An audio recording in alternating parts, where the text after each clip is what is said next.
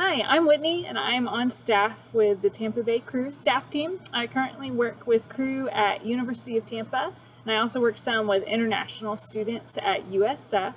I'm going to be introducing today's Bible passage. We are jumping back into the letter from Paul to the Philippians, finishing out chapter 1. If this is your first week, or maybe just a lot of life has happened since last time, here's a quick recap of where we're at.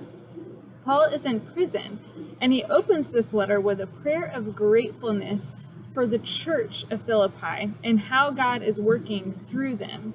He takes some time to address their concern about him. Obviously, he's in prison. It's not a fun place to be, and they're worried about him. But Paul talks about how it's being used for good. His imprisonment has actually inspired others to speak about Christ more confidently, and Paul is really excited about that. In today's passage, Paul will reflect on whether he will be released from prison or executed and what that means to him. For me, it really surfaced the question, in a choice between life and death, what is really life?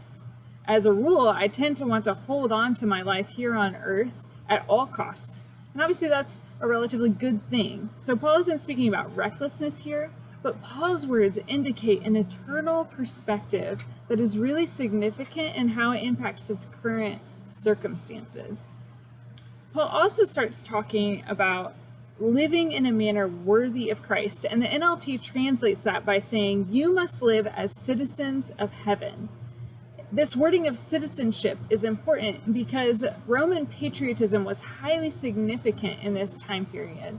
So Paul is helping the church to consider what it means to have a way of life, not by your earthly citizenship, but by another king, Jesus.